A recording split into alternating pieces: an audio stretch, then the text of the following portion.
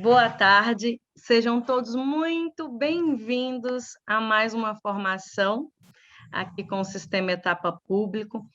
Sou a professora Maria Rita, faço parte aqui da equipe pedagógica do Sistema Etapa Público e eu quero dizer que é um prazer estar com vocês agora nesse final de tarde, início de noite, e sem contar que é véspera de feriado, né? Eu quero dizer mais uma vez que é um prazer tê-los aqui conosco nesse dia tão especial que nós vamos falar aqui, né? Nós vamos fazer reflexões sobre assuntos muito pertinentes, né? Que nesse momento de isolamento social, esse momento pandêmico, é importante falarmos aí sobre o acolhimento emocional, o desenvolvimento da cultura do acolhimento. E quem é que nós convidamos para falar com vocês sobre esse tema? A nossa ilustre amiga Regina Schudo, que é pedagoga, especialista aí com a educação infantil, com o ensino fundamental, com o ensino superior também, tem mais de 35 anos aí na área da educação.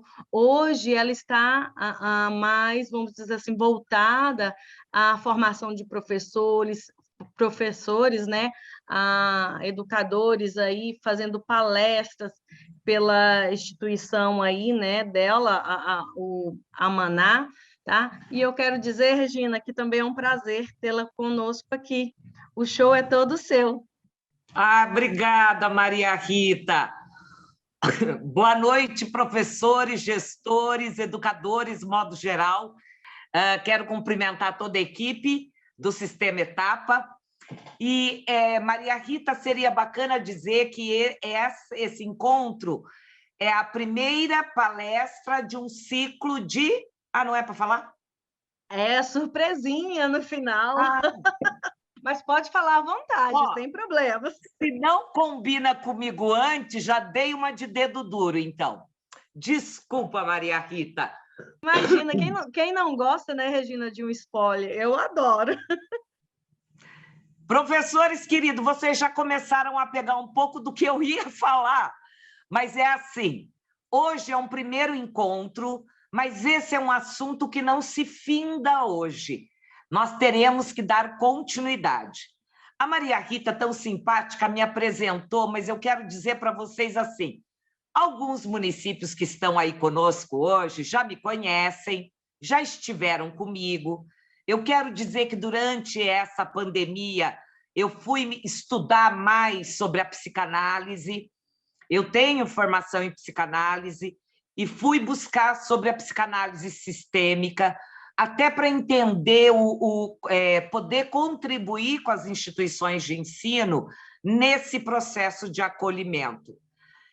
Hoje, professores, eu queria, assim, duas pessoas que a Silvana, ou que a Samanta, ou que a Maria Rita, ou que a Rosana conheçam, eu vou pedir para elas liberarem a câmera de vocês, porque eu queria interlocução. Se eu não tiver interlocução de vocês, as minhas interlocutoras será a Silvana, que a Silvana já sabe, ela já fez outras vezes. Aí eu faço pergunta para ela. Ou a Maria Rita, ou a Rosana, ou a Samanta, hein, Samanta? Por quê? Porque hoje a gente vai falar de acolhimento e eu queria acolher vocês ouvindo algumas dores emocionais, né? Esse é o momento mais importante. Para entendermos por que o acolhimento emocional, mesmo que de uma forma muito do senso comum se fale tanto, eu quero explicar um pouco esse processo, por que é importante todos nós educadores, da educação infantil ao ensino fundamental, cuidarmos do acolhimento dos professores, dos alunos, da família, dos funcionários e dos gestores.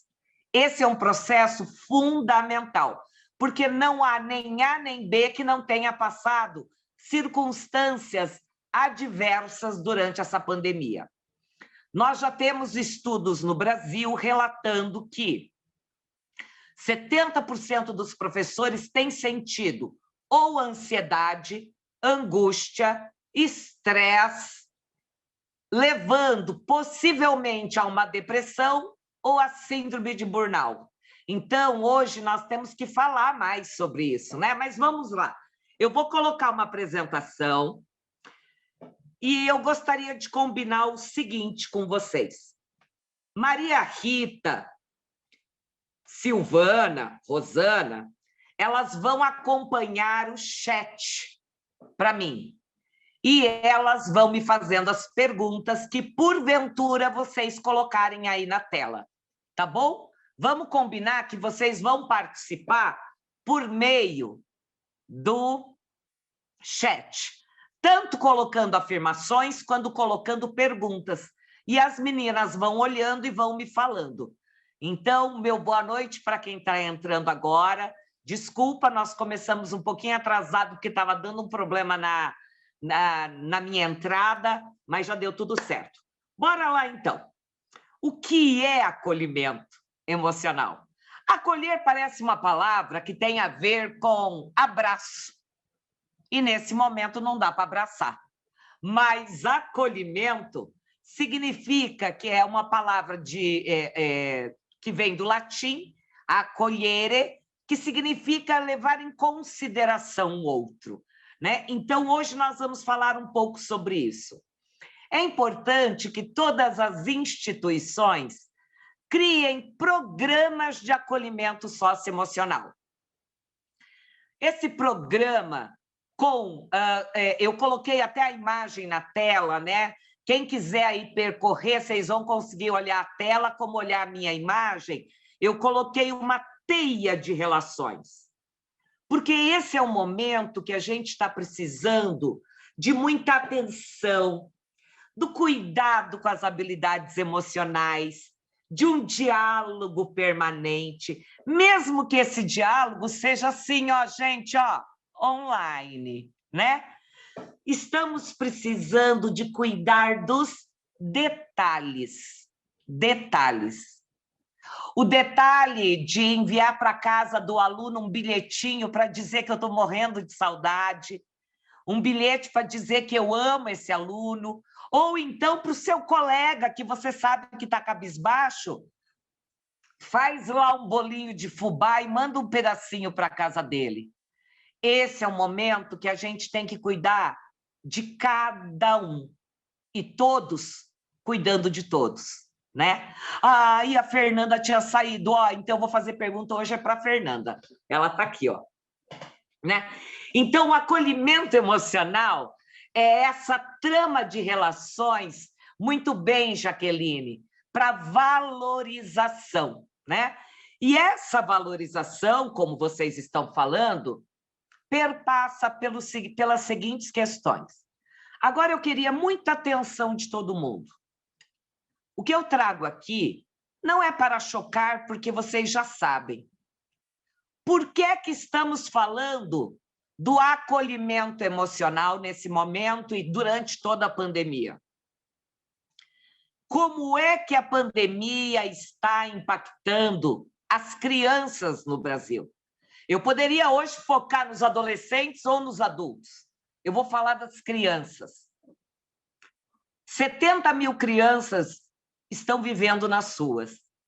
41% das crianças até 14 anos já viviam na pobreza antes mesmo da pandemia. Com a pandemia, o relatório da pobreza do Unicef, publicado em março de 2021, diz que das crianças de 0 a 5 anos, por exemplo, 1 a cada 3 crianças está com seu direito violado. Falta do direito de brincar, de ser acolhido, de ser amado. Ou seja, nós temos uma população de crianças e jovens passando fome e ainda sofrendo de maus tratos. 1 a cada 6 crianças no Brasil estão vivendo a extrema pobreza. É a miséria absoluta. Talvez ele sequer tenha 100 calorias diárias para ingerir. Até novembro de 2020, foram cortados todos os programas de atendimento à saúde mental para priorizar o Covid. Segundo a Unicef, hoje, com a pandemia, nossas crianças também estão sofrendo. É sobre isso que vou falando, viu, Jaqueline? Vamos lá. Com a pandemia e com esse isolamento do confinamento, crianças e jovens estão sob mais risco, como disse a Jaqueline, sofrendo violência física, sexual e psicológica. E quando acontece a vulnerabilidade social, eu quero que vocês olhem para essa imagem. O olhar das crianças no Brasil foi tomado pela incerteza, pela escuridão e muito medo. O pior de tudo isso é que está realmente, meninas, como vocês estão colocando no chat, impactando a aprendizagem. Então, me acompanhem. Só entre 2010 e 2020, em 10 anos, o Brasil teve o registro de 103 mil casos de violência. Mas não é só de denúncia. São vítimas fatais para a violência. O menino Henry é um entre 103.149 crianças. A cada 15 minutos, uma criança está sofrendo de maus-tratos no Brasil com sinais de violência física, sexual ou psicológica. De cada 4 agressões, 3 são em casa, dentro de casa.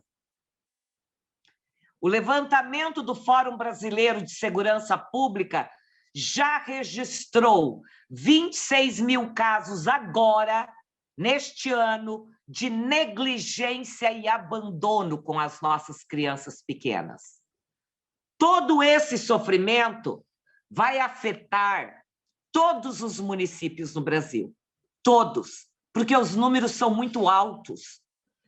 E quando a criança está sendo ameaçada pela fome, pela falta de saneamento básico, pela violência psicológica, pela violência sexual, essa criança não é filho de só um pai ou uma mãe. Tem que haver uma avó, um vô, um tio, uma tia, um professor. E aí, gente, quando essas crianças são vítimas de toda essa negligência, o que ocorre já... Esse é o meu estudo, tá, gente? Ao longo dos anos que eu estudo neurociência. E que quando a gente fala de uma psicanálise sistêmica, é que toda essa negligência vai levar a uma deficiência cognitiva, vai afetar a aprendizagem das nossas crianças pelas próximas gerações, levando o problema de déficit de atenção, déficit de linguagem, dificuldade acadêmica, comportamento retraído e o problema de interação. Então, por que eu estou falando sobre isso? Maria Rita, eu vou pedir que as perguntas ou afirmações mais relevantes, você anota para mim, vai salvando em outro lugar para você não perder, porque quando eu estou falando eu não consigo ler simultaneamente, para que você retome essa leitura dos comentários posteriormente para mim, tá? Se você puder selecionar para mim, eu agradeço. Professores, por que eu estou trazendo essas considerações? Porque tudo isso vai impactar. Então, nós, na educação, além do acolhimento, nós vamos ter que parar para olhar onde é que essa criança está sendo afetada, né? Então, se nossas crianças afetarão no desenvolvimento emocional, social, cognitivo e físico, Eu já digo para vocês, o relatório do Banco Mundial, publicado em fevereiro de 2021, agora, no Brasil, diz que 62% das crianças terão dificuldade em ler e entender um texto simples aos 10 anos de idade. Logo, este problema vai se arrastar se nós não fizermos algo agora. O acolhimento não é só para o setor da educação, é um projeto intersetorial.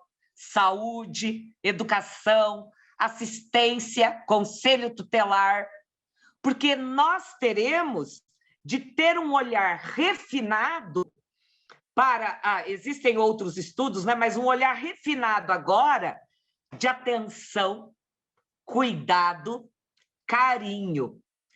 E oferecer às nossas crianças, de uma certa forma, um cuidado responsivo e amoroso para esse momento.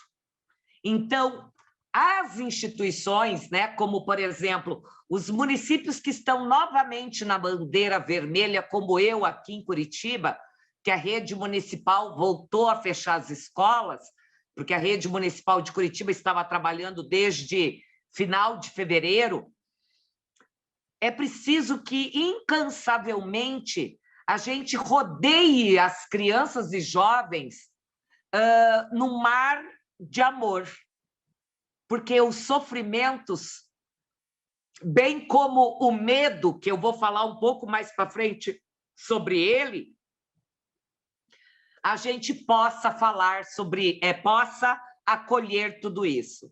Então, para que a gente tenha um olhar para este momento do acolhimento, primeiro de tudo, nós incansavelmente precisamos criar um programa de acolhimento às famílias, falando que a cada vez que uma criança sofre maus tratos psicológico, não é nem físico, sabe aquela coisa velada? Ai, filho, você não vai dar em nada, fica quieto. Quando o pai briga, a família precisa de uma orientação parental. Isso já está na legislação brasileira. Na Lei 13.257, de 8 de março de 2016, prevê que todo município precisa de uma capacitação parental, fazer programas de capacitação parental, né? Aliás, amanhã eu vou dar uma palestra num grande evento online, né? Mas com milhares de pessoas inscritas, sobre para pais. Eu vou fazer amanhã eu estou fazendo um Congresso Nacional de Pais, porque as famílias precisam, nesse momento, ser orientadas. Mesmo que seja água mole em pedra dura, tanto bate até que fura. A gente vai falar incansavelmente. E aqui eu vou usar um exemplo. O estudo científico de maior rigor que nós temos no mundo foi nos anos 90, com o caso dos órfãos da Romênia. Quando os órfãos da Romênia, quando o ditador Nicolau, nos anos 80, proibiu que as mulheres usassem método contraceptivo para que o país fosse mais populoso e pudesse ser mais rentável economicamente, e o país passava por miséria, 170 mil crianças foram abandonadas. E as instituições que acolheram não tinham infraestrutura. Essas crianças passaram fome, miséria, em cada berço ficava 6 bebês.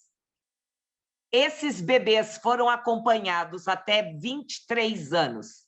E o efeito é o seguinte: as que foram adotadas e a receberam amor, não tiveram, apenas 20% dessas crianças ficaram com alguma sequela neuronal, porque comprometeu as sinapses. As demais, 78% tiveram comprometimento, não conseguiram completar os estudos, não conseguiram ser uma pessoa produtiva lá na frente, desistiram da escola, tiveram relacionamento desastrosos, levando a um caos social. Esse é o maior estudo que o mundo tem sobre o impacto nos neurônios de uma criança quando ela passa por privação, fome e maus tratos. Por isso, hoje no Brasil, nós precisamos de uma política pública urgente, de um olhar para cada criança.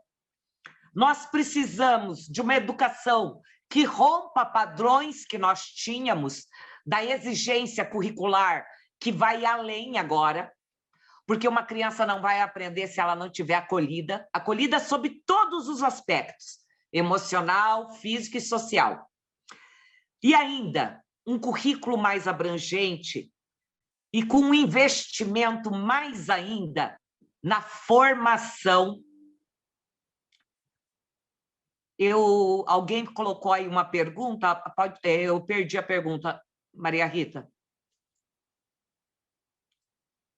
Ainda não, nós temos vários comentários Não, aqui. Alguém colocou uma pergunta falando do vídeo que não está conseguindo, se ela é para sair ou não. Não, foi uma pergunta que eu fiz para uma professora.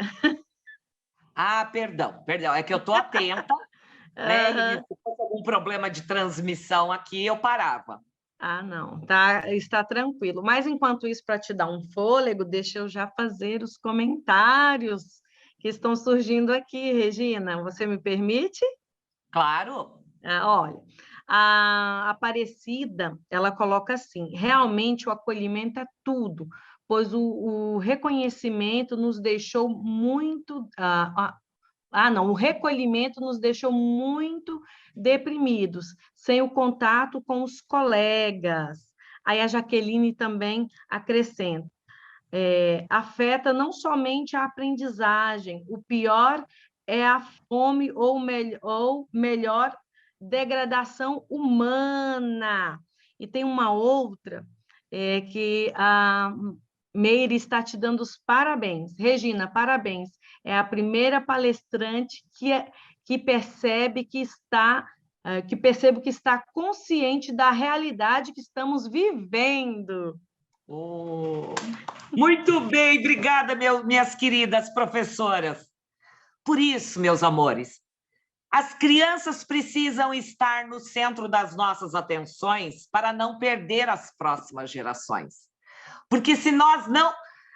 e eu vou dizer, porque a gente está vivendo um apagão na política pública para a educação, né, gente? Se não fossem os professores, eu vou falar isso um pouquinho mais adiante para dizer, vocês é que estão dando luz, porque se depender da política nacional, nós estamos com um verdadeiro apagão. E aí, professores, eu quero agora muita atenção de vocês. Professores, prestem atenção no seguinte.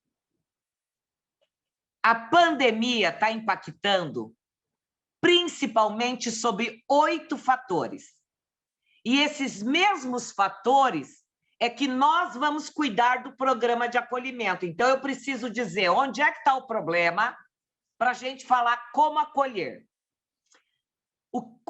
Os estudos hoje, que eu posso depois até compartilhar, estudos já brasileiros, ou também estudo do Banco Mundial, da Unicef, Unesco, do terceiro setor, do Observatório do Terceiro Setor, diz o seguinte, primeiro de tudo, o sono das crianças jovens estão abalados, inclusive dos adultos. Mas eu estou me focando aqui na criança.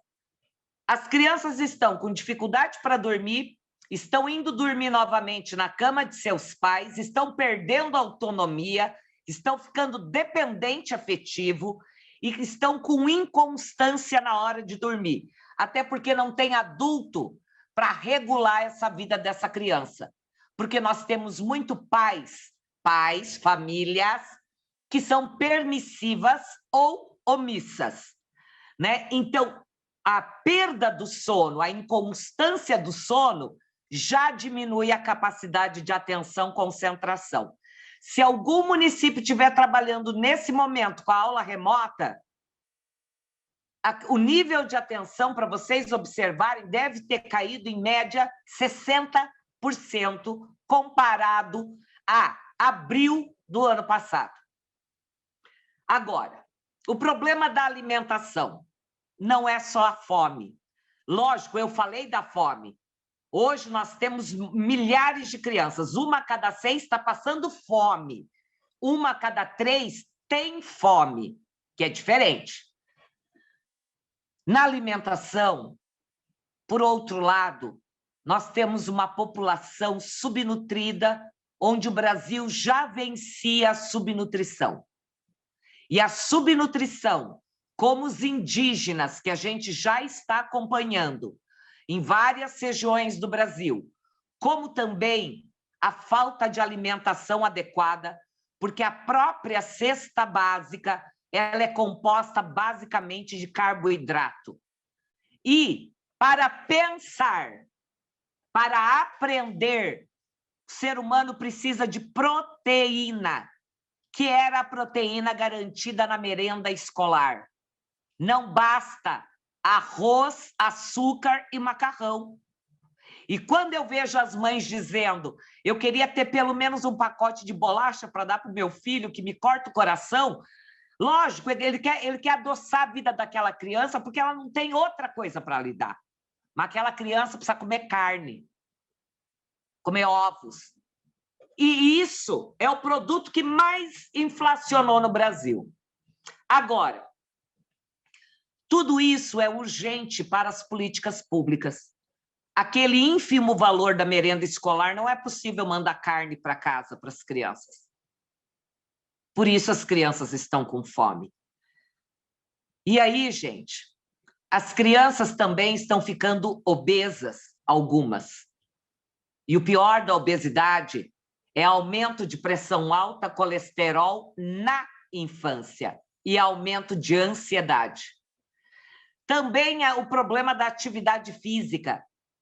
Hoje já há estudos no Brasil, só no Paraná, mais de 50% das crianças ficaram totalmente sedentárias. Sedentárias. Os professores de educação física bem sabem que quando o corpo está sedentário, o cérebro não pensa, porque falta oxigenação no cérebro. E se as crianças não pularem, correrem pelas praças, jardins, quintais, subir na árvore, como tinha na escola, elas sequer vão conseguir aprender a ler e escrever. Porque o cérebro precisa de movimento corporal para estabelecer sinapses, não só na área do movimento corporal, mas na área da emoção e da linguagem. O corpo precisa estar em movimento. Levando também a dificuldade da emoção, porque as famílias brasileiras não sabem da importância de falar sobre elas. Quanto mais eu guardo um sofrimento emocional, mais eu me angustio. Ao contrário, quando eu divido, eu fraciono e alivio a minha carga de sofrimento. E o problema, um dos problemas que a gente tem tido, além da negligência, é o uso excessivo de tela por crianças e jovens. Porque virou a babá das crianças.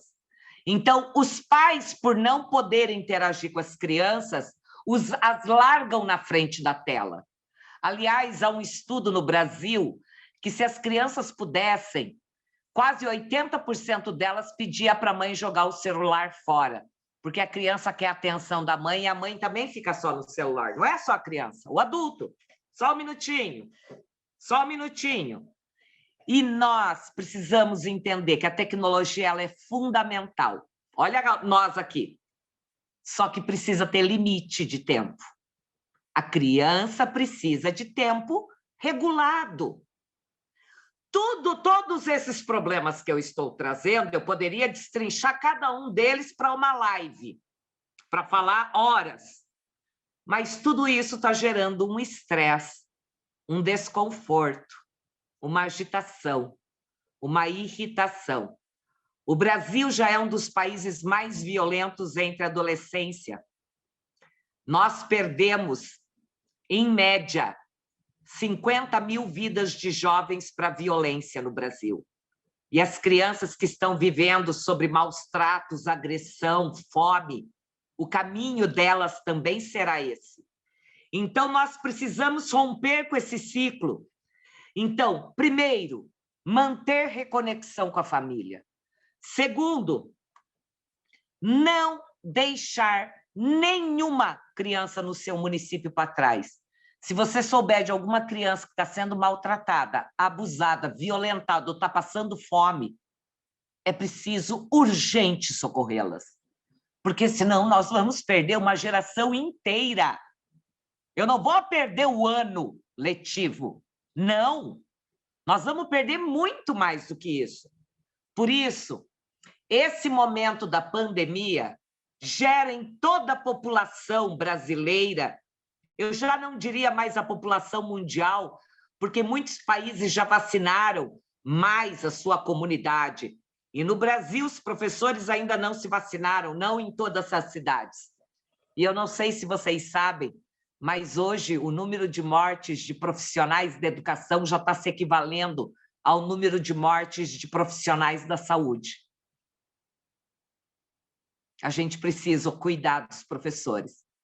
E grande parte é porque a criança é assintomática e a própria criança leva o vírus para dentro da escola. Não é o professor. Mas, vamos lá. Tudo isso está nos levando a um sentimento de ansiedade, tristeza, angústia. E agora eu pergunto para vocês. Escrevam no chat para mim. Qual foi o sentimento que mais te visitou nessa pandemia? Professor, agora não fale da família, nem do vizinho, nem do seu marido, nem do periquito, nem do papagaio. Fale de ti. Fala para mim, Fernanda. Nessa pandemia, ou Maria Rita, ou Silvana, o que mais causou em vocês? Ansiedade, muita ansiedade. Para mim também. Foi uma surpresa, não sei se é uma surpresa, uma ansiedade, uma coisa assim, uma angústia, né? Angústia, muito bem. Insegurança, Incerteza. Insegurança, Samanta. Incertezas, né? Isso, Silvana. Ai, já até sei a voz delas. Tristeza, acho que tristeza também. Uma tristeza profunda. Sim. Alguém, em algum momento dessa pandemia, começou a sentir pressão no peito, da angústia e da ansiedade, parecendo que estava tendo parada cardíaca. Teve sudorese nas mãos, arritmia cardíaca, sudorese na nuca, irritação, como se fosse um alarme disparado dentro do seu peito. Isso se chama ansiedade. E se nós não cuidarmos, a gente adoece mentalmente. Por isso, senhoras e senhores, há múltiplos fatores que podem impactar a nossa saúde emocional e mental. Como eu falei, a pobreza, a crise humanitária, problema socioeconômico, a dificuldade de aprendizagem, o bullying. Aquele menino do município de Saudade, aquele jovem que matou 3 bebês e 2 professoras, ele sofreu bullying a vida inteira. E ele era calado. E na nossa sociedade, quem está calado, a gente diz, não está incomodando, deixa lá. Não é hora de esconder. É hora de todo mundo falar o que está sentindo.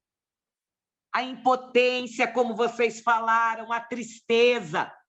Agora, há múltiplos fatores, meus amores. Agora sim, atenção.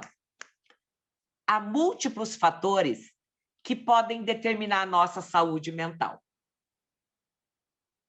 Por exemplo, aprender a lidar com as emoções, tá?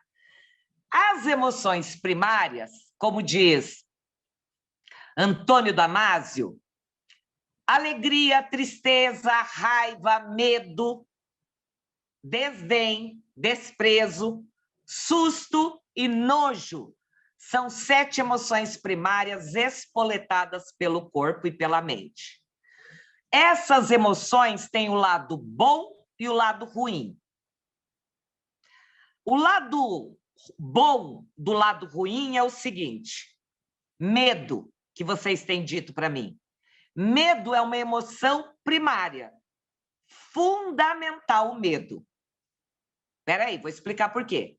Porque ela não nos deixa colocar em situação de perigo. O medo de pegar o coronavírus faz com que você coloque a máscara e use álcool gel, correto? Agora, o excesso de medo é coronofobia. E a coronofobia é paralisante. Eu tenho tanto medo que eu não consigo fazer nada. Eu passo o dia vendo notícias ruins, passo o dia reclamando, passo o dia falando da doença, fico só reclamando nas redes sociais. Não. Medo, todo ser humano tem. Porque é uma emoção primária, espoletada pelo corpo e pela mente. A questão hoje é: a ansiedade tem levado à coronofobia, que é a fobia do coronavírus, mas com medo excessivo. Então, o medo é o regulador das emoções. Por outro lado, ele também pode paralisar e não permitir que eu pense. Já as emoções primárias, que se espoletam pelo corpo e pela mente, por isso que causa sudorese, calor na nuca, é diferente dos sentimentos. Sentimento é a incerteza, a insegurança, a angústia. Medo é emoção primária. Insegurança é sentimento. E sentimento eu só consigo sentir quando eu tomo consciência das minhas emoções. E estudar sobre isso é muito complexo, mas é o que toda a sociedade precisaria aprender. Para quando eu estou com medo ou eu estou muito ansiosa, eu preciso aprender a arrefecer. Arrefecer significa aprender a gerir o meu medo ou a minha raiva, por exemplo, né? Como que eu vou gerir isso? Com a consciência. Opa, está começando a ter taquicardia, estou começando a ficar com sudorese, estou começando a ficar irritada, para. Respira 10 vezes profundamente pelo diafragma, vai fazer uma caminhada de meia hora em meio à natureza, vai botar pé na terra, vai subir na árvore e vai fazer algo que você goste, antes que você fique estressada. Então, o desenvolvimento da habilidade emocional é justamente a capacidade de entender no meu corpo o que as emoções e os sentimentos estão me provocando. Agora, lógico que uma criança que está com fome, antes de mais nada, eu vou dar de comer. Eu não tenho nem como acolhê-la para dizer, está tudo bem? Não, eu estou triste. Não, eu estou com dor de fome. A fome gera raiva, a fome leva a pessoa a ser irracional. Por isso, professores queridos, para nós adultos agora, tá? A nossa vida, ela não é manipulada pelos outros. Eu não tenho controle remoto da vida da Maria Rita e digo para Maria Rita, agora sorri. Fernanda, agora chore. Samanta, fique com raiva. Não. A nossa vida somos nós que regulamos. A da criança, não. Depende do adulto. Nós, adultos, precisamos aprender a gerir as emoções, a entender os sentimentos, que é a tomada de consciência, justamente para compreender o que uma emoção provoca em nós. Para que você um dia não sucumba, não sofra de depressão, de estresse, que são doenças emocionais, transtornos mentais. Logo, nós precisamos aprender a autorregular a nossa vida sem colocar a culpa no outro. Veja só, eu vou contar uma história, hein, gente, para vocês, ó. Eu costumo usar de exemplo assim, nós lá na cozinha. De repente, você acordou toda agitada, com raiva, porque está com muito trabalho, está sobrecarregada, e tem live, tem planejamento, e tem aluno passando fome. Aí você chega na cozinha, derruba um copo de água, derruba café. Aí você diz assim, ai, tudo por causa do meu marido. Meu marido me deixou de mau humor hoje, ou foi a culpa daquela diretora. Ó, me fez derrubar o café. Não. A circunstância do meio social abala suas emoções, mas você tem que aprender a lidar com elas. Este é o grande segredo para que as pessoas tenham qualidade de vida e busquem ser felizes. Só que a nossa tendência é culpabilizar. Então, não adianta buscar culpado. Se eu derrubei o copo de água, a xícara de café, é porque eu estava desatenta. Pronto, porque eu estou com um problema, me levou a ficar desatenta. Mas a culpa não é do outro. Porque eu preciso buscar conhecimento para ser responsável pelas minhas próprias atitudes. Logo, culpabilizar não ajuda nada na saúde. O mais importante, então, eu direi a vocês, que nesse momento não exijam a perfeição de ninguém, nem de você, professor, nem de você. Errar é humano. Agora, cair e não levantar não é humano. Nós precisamos cair e levantar. E ter coragem de errar, de ser imperfeito, só que dentro dos meus princípios éticos. Não errar a ponto de matar uma pessoa. Não, porque não faz parte do meu princípio ético de vida. Agora, todo esse período nos leva à insegurança, incerteza e medo. Eu peço até, logo lá no início, alguém escreveu sobre o medo. Eu falei, espera um pouquinho que eu já vou falar sobre isso, né? Por quê? Por que a gente tem mais medo, ou mais insegurança, ou mais angústia? Porque a gente tem medo de errar e a gente quer que tudo esteja perfeito. E o professor que sempre cuidou bem da sua turma, quando vê aluno que não tem internet, quando a gente vê uma criança passando fome, ou falta de conexão na sua casa, você se desespera. Lembra, você não tem controle remoto de tudo. Cuida primeiro de você. Se você não cuidar de você agora, das suas emoções, você não tem como acolher os seus alunos.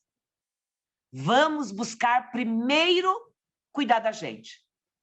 E, Eliana, quando a gente é muito perfeccionista, é isso.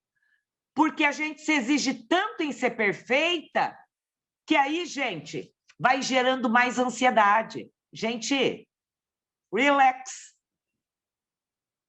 A gente não vai salvar o mundo, mas vocês podem levar luz para os alunos, mas salvar o mundo, não. E aí, professores, Fernando Pessoa diz, adoramos a imperfeição, adoramos a perfeição, porque não a podemos a ter. É por isso que a gente adora. Repugná-la íamos se a tivéssemos. O perfeito é desumano porque o humano é imperfeito. É isso mesmo. A gente caminha na busca de fazer o melhor, mas não a perfeição. Porque não existe.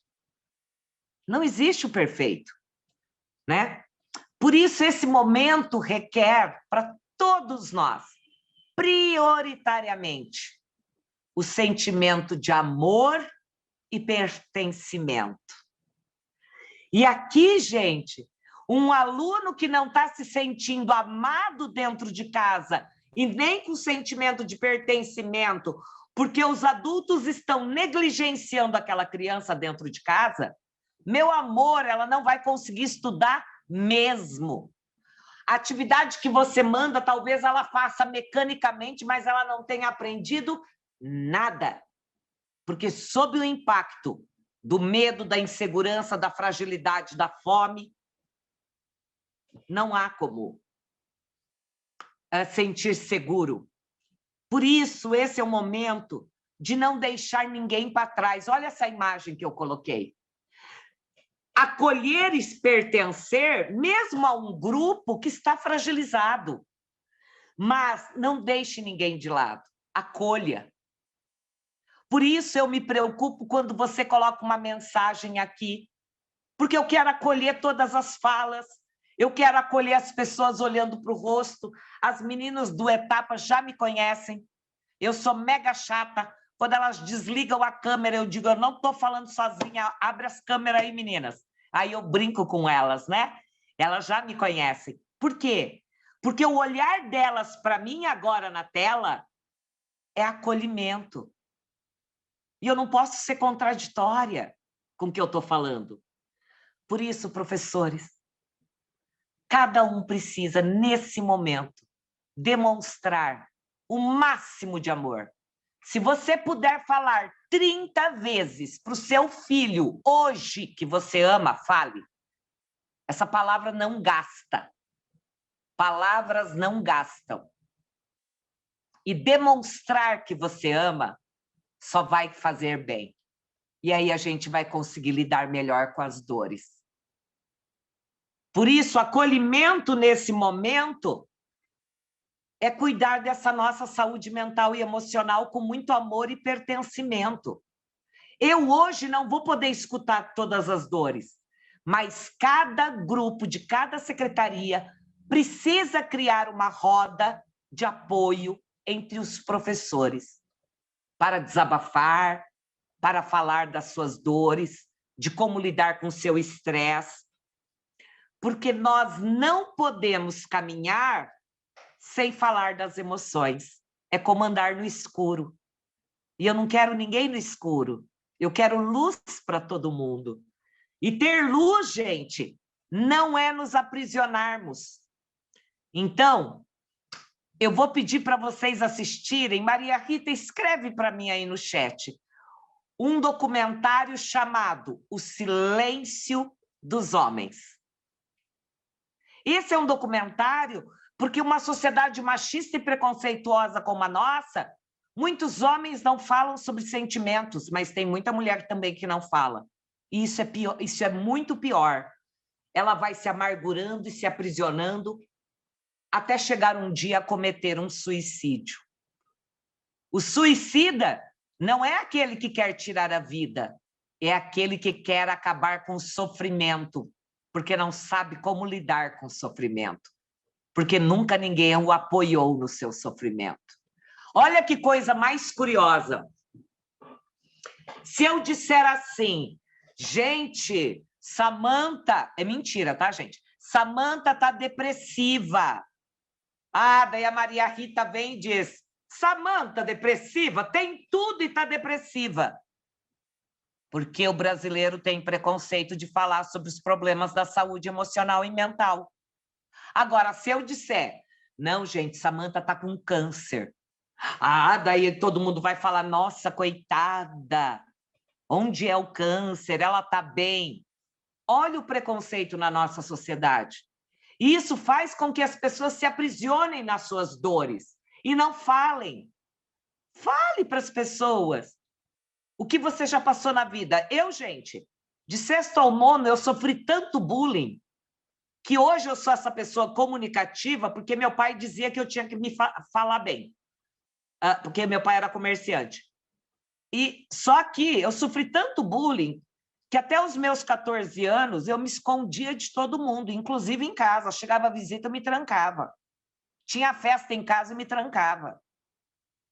De tanto bullying. Eu era a única japonesa na escola.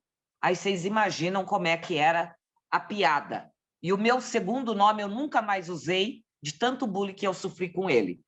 Porque o meu segundo nome é Emiko. Todos os colegas me chamavam do quê? mico, macaco, orangotango. E aí, gente, o que todos nós desejamos na nossa vida é ter saúde. Saúde emocional, saúde física e saúde mental. Por isso nós precisamos do acolhimento. Eu vou pular aqui um pouquinho, tá, gente? Por isso a gente precisa do acolhimento. E o acolhimento é preciso uma prática para isso. É preciso, gente, percorrer um caminho. Vamos lá nesse caminho? Olhem lá no slide. Primeiro de tudo, apoiar a transição nesse momento. Não ser negacionista e nem ser o juiz que julga as pessoas e aponta o dedo para outra pessoa. Quando alguém aponta o dedo, eu digo, ó, se aponta um, tem 3 voltado para você. Então, olhe para você primeiro. Segundo, é hora de criar mais vínculos do que nunca, mesmo à distância. Não é hora de mandar o WhatsApp. Hoje, terminou aqui, pega seu celular e liga para a pessoa para saber se ela está bem. Eu, quando preciso falar com a Rosana do Etapa, eu não gosto de WhatsApp, não, filha. Eu falo, filha, pode me atender que eu vou te ligar. Eu gosto de ouvir a voz, eu gosto de brincar com a pessoa, de demonstrar um pouco de bom humor.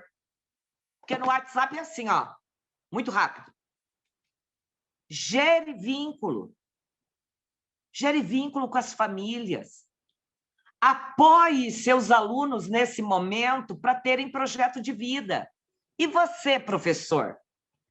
Pegue um caderno. Eu estou no 4º caderno na pandemia, gente. Ó, eu acabei de começar um caderninho novo hoje. Ó. Vocês vão olhar esse meu caderno. Não é de qualquer anotação, não. Ai, não dá para ler. Está escrito minhas ideias, meus itinerários percorridos. Aqui, gente, meus itinerários é o que está acontecendo com a minha vida. E meus projetos de vida. Se eu não sei aonde eu quero chegar, como diz Lewis Carroll, qualquer caminho serve.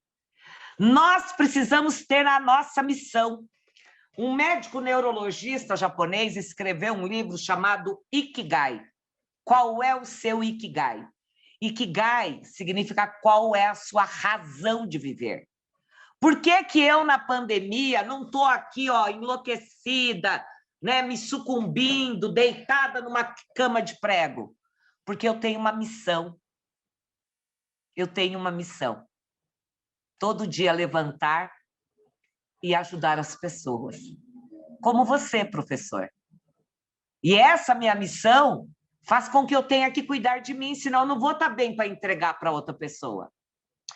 E nesse momento, nessa prática de acolhimento, a gente vai precisar de um radar, sonar, para olhar para saber se está bem, se a pessoa está bem.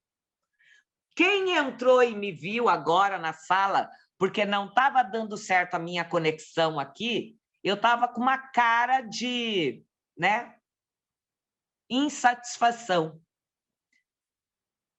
É hora de eu olhar para todo mundo e saber o que está acontecendo com a pessoa e perguntar o que eu posso fazer por você. O que é que eu posso fazer por você? E nesse momento, nutrir o diálogo, a escuta é fundamental. É por isso que nós vamos ter em algum outro momento, não sei quando, eu quero falar da escuta. Eu preciso emprestar a minha escuta. Eu não posso ser só boa de oratória, eu preciso ouvir o outro. Ouvir. E a ansiedade faz com que eu não ouça o outro. E o outro está precisando desabafar. Sem que eu julgue. Mas eu preciso esse processo do acolhimento. E também desenvolver o nosso autoconhecimento. Não é possível que com 15 meses da pandemia eu seja a mesma pessoa, não sou mais. Pergunte hoje para você quem eu sou. E depois pergunte para o seu marido, namorado, namorada, seu filho. Escreve você, quem eu sou. Eu sou Regina, estudiosa, exigente. Eu vou do rigor ao amor. Eu sou essa. Aí eu vou pedir para a Fernanda. Fernanda, escreve aí quem eu sou. Eu preciso ver como as pessoas estão me vendo. Ou eu estou sendo incoerente? Então, é importantíssimo, nesse processo de acolhimento, criarmos uma cultura de acolher, de respeitar cada um no seu tempo, de pensar antes de agir, de ter sabedoria e discernimento, gente, para lidar com tanta informação que está vindo. Faz um filtro para você não enlouquecer. E desperte em você a transitoriedade da vida. Tudo é transitório, nada é definitivo. Então, tem dias que eu tenho que aprender a lidar com o luto, porque eu perdi um amigo querido para a pandemia. Essa semana eu recebi, segunda-feira, a notícia de que uma diretora conhecida minha também tinha falecido do Covid, né? E eu preciso entender que tudo é transitório e que eu preciso também repensar como é que eu lido com as minhas relações humanas. Por isso, o ato de acolher é se colocar por inteiro para o outro, para perguntar se ele está bem. Não apoiando só, se Deus quiser vai mudar. A fé é importantíssima, mas só isso não basta. E o mais importante nesse processo é que a gente não esqueça de ser grato. Rosana, a que você seria grata na sua vida? Esses dias eu perguntei para uma professora o que ela seria grata, numa roda de apoio que eu tenho, com algumas pessoas. Aí, num trabalho, né, mais já de orientação. A pessoa diz, não sei. Rosana, cadê você? Vou perguntar, então, para as meninas aqui. Silvana, Rita, Maria Rita. Regina, primeiramente a Deus, né? Primeiramente a Deus. Acho que nós temos que ser gratos aí. Pelo menos eu sou muito grata pela saúde, porque, querendo ou não, com tantos desafios lá fora, esse tempo pandêmico, graças a Deus, eu estou sendo abençoada, né? E primeiramente a Ele mesmo, porque Ele é que me deu tudo, que me dá tudo, que me dá forças para poder continuar. Eu acho que é isso, que eu agradecendo a Ele, o resto eu já abraço aí no agradecimento. Maria Rita, você sabia que se todo dia você dedicar um tempo para orar e para agradecer pelo alimento, pelo seu trabalho, pelos seus colegas, né? Pela chuva, pelo sol, nosso pensamento amplia as áreas da emoção, aumentando a empatia sua pela dor do outro. O estado de agradecimento é fundamental. E hoje, quando eu digo acolhimento, comece nesse acolhimento mostrando para as pessoas que hoje eu posso estar aqui para celebrar a vida, mesmo que o Brasil viva o luto desde março de 2020. Mas eu tenho que agradecer. Então, professores, gestores, educadores, modo geral, eu queria compartilhar nesse momento com vocês um vídeo que eu coloquei legenda, porque ele não tinha legendado, e aí eu vou falar Eu vou, na verdade, já amarrando para finalizar o que eu trago hoje, e a Maria Rita depois me faz as perguntas, tá? Vou pedir licença para compartilhar um vídeo, então, com vocês.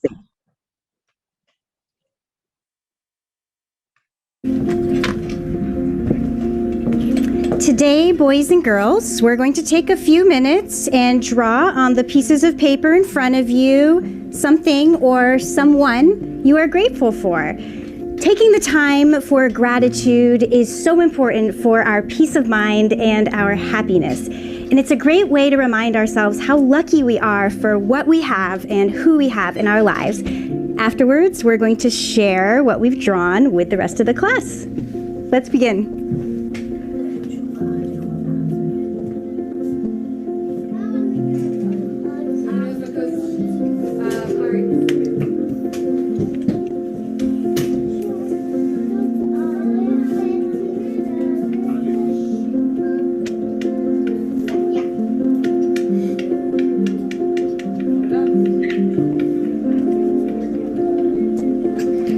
Wonderful, class. Now, who would like to come up first and share what you're grateful for? Me.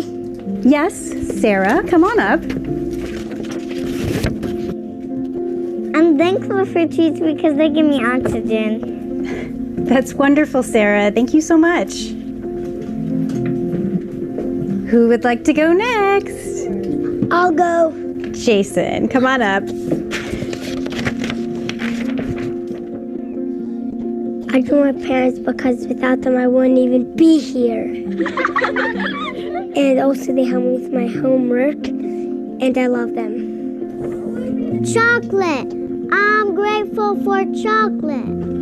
Okay, Rebecca. Thank you. Simon, why don't you come up and share with the class what you're grateful for? Come on up, Simon. I'll be right up here with you.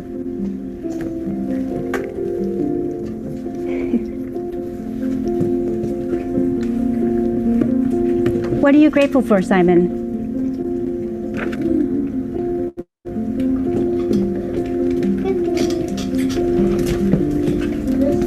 How would you like to play a game with your classmates to see who can guess whose hand you drew? Would you like that? All right, class. Can anyone guess whose hand Simon drew? I think it's the hand of a policeman because they protect us and keep us safe. I think it's Simon's hand because he's grateful to have a hand. Is it the hand of God? It's your hand, Miss Sanders.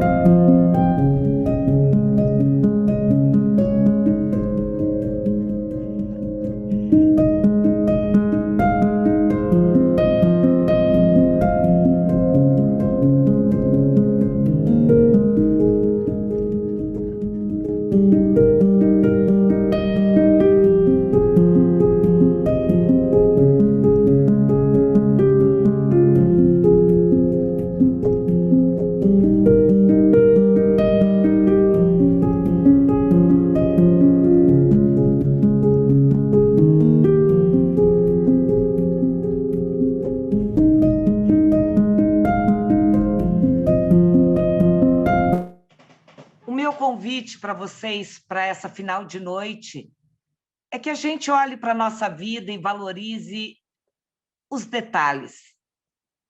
Não importa os bens materiais que acumulamos, o que importa é aquilo que eu tenho com as pessoas que estão ao meu entorno. E hoje eu aqui trago esse vídeo para agradecer os professores que têm feito um trabalho de luz pela educação no Brasil. Porque se dependêssemos de políticas nacionais, estaríamos fadados. Essa mesma mão que Simon representa da sua professora, eu diria, é a mão que a gente precisa estender para cada aluno, para cada colega da educação, porque há muitas pessoas sofrendo nesse momento. Por isso, o acolhimento é o maior gesto de amor nessa pandemia que a gente pode fazer ao outro. Levar em consideração aquilo que o outro está sentindo e aquilo que ele está vivendo. Viu? Obrigada, gratidão, então, viu, professores, a todos vocês. Agora, Maria Rita, é contigo, se você quiser me fazer alguma pergunta. Nossa, Regina, eu acho que, não sei por aí, mas por aqui passou, acho que uma ventania, e caiu aí um cisquinho nos olhos de cada um aqui que eu consegui visualizar, e sem contar aqui os comentários, né, dos professores, emocionante, gratidão pela excelente palestra, caiu um cisco aqui, me deixou emocionada, perfeito, sem contar aqui, Regina, várias mensagens de gratidão aí, tá? Pela sua fala. Não temos nenhuma pergunta, só as pessoas dizendo que estão emocionadas, que tem uma que eu guardei aqui para falar com você, que está assim: Regina, estou encantada. Considero que todos deveriam ter a oportunidade de ouvi-la. Foi a Luciana Teixeira que deixou essa mensagem aqui para você. E assim, porque nós temos aqui quase 600 participantes, então eu não tenho como ler aqui a mensagem de todos, tá? Mas eu já, em nome, representando aqui os participantes, tá? Eu te agradeço novamente por essa sensacional palestra, né? Agradeço também aqui em nome do nosso diretor Guilhermino. Nós agradecemos essa parceria aí de sucesso, tá? Aí, se você quiser colaborar, falar mais alguma coisa, pode, que daqui a pouco eu vou contar uma novidade aqui para o pessoal. Eu também estou emocionada, porque acho que esse é o momento que a educação ela sempre foi humanizadora. E o papel do professor é de levar inspiração, de dar sentido à vida dos alunos. Mais do que nunca, professores, agora o nosso olhar é para o humano. Nada importa tudo que eu tenho aqui, mas se eu não me importar agora minimamente com cada pessoa, de saber se ela está bem, eu não tenho futuro algum.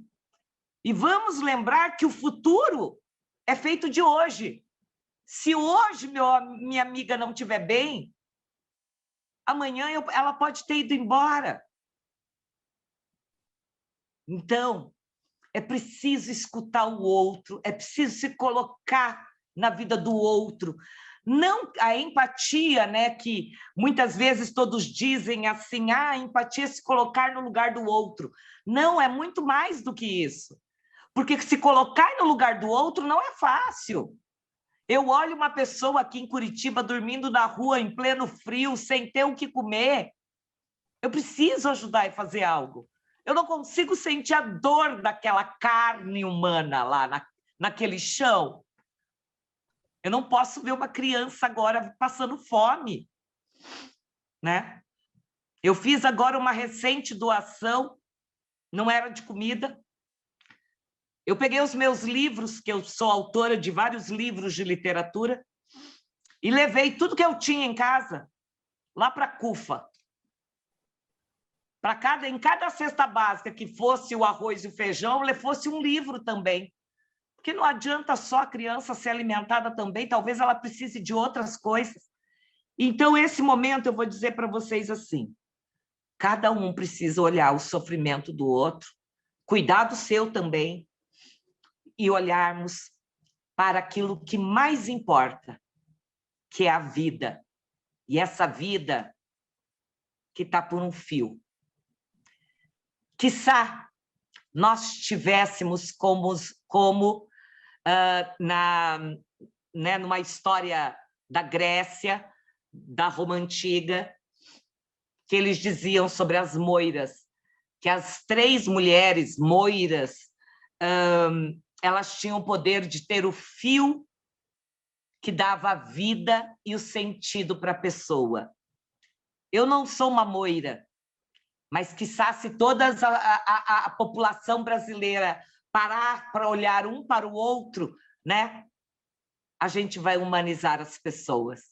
Porque as pessoas estão tomadas de ódio, de raiva da pandemia, né? É gente matando criança, é gente matando esposa, é feminicídio, é tanto absurdo nessa sociedade que a gente vai precisar olhar com mais inteireza e boniteza para o ser humano. Eu quero agradecer ao Etapa e aos municípios, porque a minha vida tem sido construída ao longo desses anos com formação de professor para a defesa da escola pública. Então, vocês podem contar comigo sempre. O que vocês precisarem, eu estarei aqui. Sensacional, Regina, sensacional. E só para fechar aqui os comentários, né? Eu gostaria de fechar com um comentário da Tassiara Cardoso, que ela comenta assim: muito bom refletir sobre nossa profissão de forma humanizada, acolhedora, e também abraçar esse papel de acolher e compartilhar nossos sentimentos. É um momento especial que estamos vivendo e precisamos continuar com o ensino. E pensando nessas palavras, Regina, e perante as suas palavras aí, que mais uma vez eu não canso de dizer que foram sensacionais, eu quero contar, pessoal, uma coisa para vocês. A Regina nos deixou aqui com um gostinho de quero mais, não é mesmo? Eu fiquei com esse gostinho, mas não se preocupem, porque nós do Etapa, juntamente com a parceria com essa maravilhosa parceira Regina Schuldel, nós elaboramos, pensamos aí juntamente com a Regina, com um ciclo de palestras sobre esse tema, o acolhimento socioemocional. Tá? Então, vocês já anotem aí na agenda de vocês o nosso próximo encontro com a Regina Schuldel, continuando aí sobre esse tema, dia 16/6, anotem aí, às 16h30, e também teremos o nosso fechamento, o grand finale, né? No dia 30/6, às 17h30. Então, não percam, no decorrer da semana eu vou estar enviando os links, se inscrevam, não deixem para a última hora, porque senão vocês podem perder aí a chance de estar com essa maravilha que é a Regina, tá bom? No mais, pessoal, um grande abraço aqui do time Etapa Público. Até a próxima. Não se esqueçam, né? Nosso próximo encontro é que dia? Deixa eu ver se vocês vão colocar aqui no chat. Vamos ver aqui, né? Se alguém prestou atenção no que a Maria Rita falou. Que dia que é? Qual é o horário? Vamos ver. Todo mundo aqui antenado, viu? Não, tem alguém que colocou que é às 17h30. Não, o próximo é às 16h30. Aí, no dia 30, será às 17h30. Então, estão todos antenados. Pessoal, grande abraço, Regina. Obrigada, gente. Boa noite. Boa noite. 16. Gratidão, viu, professores, pelas mensagens. Tchau, tchau.